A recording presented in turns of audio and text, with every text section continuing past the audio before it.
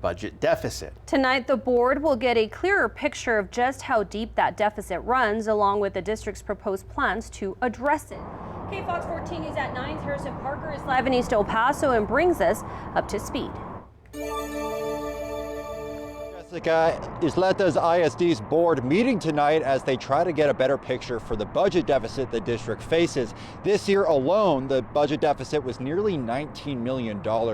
I spoke with the superintendent here earlier in the week, and he told me he believes he knows the projected budget deficit as well as what he wants to do about it. He did not share that publicly tonight, but we did hear from the CFO, who says she projects roughly $22 million less in revenue, just to give you an idea next year for what the district is facing.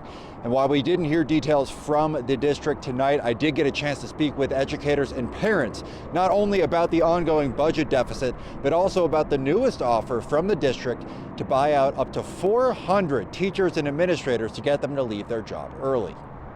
I have heard that there is a lot of interest. There's also a lot of fear. There's some people that don't really understand what this early buyout is. A lot of them are fearing the fact that, well, if I don't take this, am I going to potentially lose my job next year? Are they going to cut me? You know, people are just worried about their jobs. They're worried about cuts happening, and it's great that we've managed to hold off this long.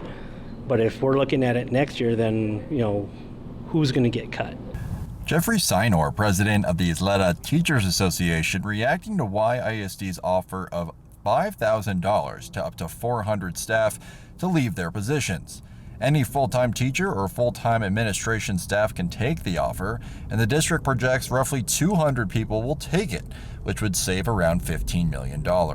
The district faced a nearly $19 million deficit this year, and while the superintendent told me earlier this week there won't be any cuts for next school year, there may need to be hard choices in the future.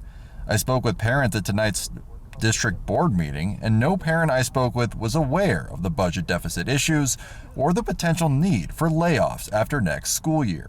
If we're working together, then we can come up with some type of plan. That way everybody gets, a piece of the pie. That way we can be fiscally responsible with tax dollars. That way we don't want the district to upend. Well, this board meeting is ongoing. We are going to head back in and get more updates. The CFO did tell the board that next week's budget workshop is a big one for the board to get a sense of how they're going to tackle this ongoing deficit issue. I'm Harrison Parker reporting from East El Paso, KFOX 14 News at 9. All right, Harrison, thank you.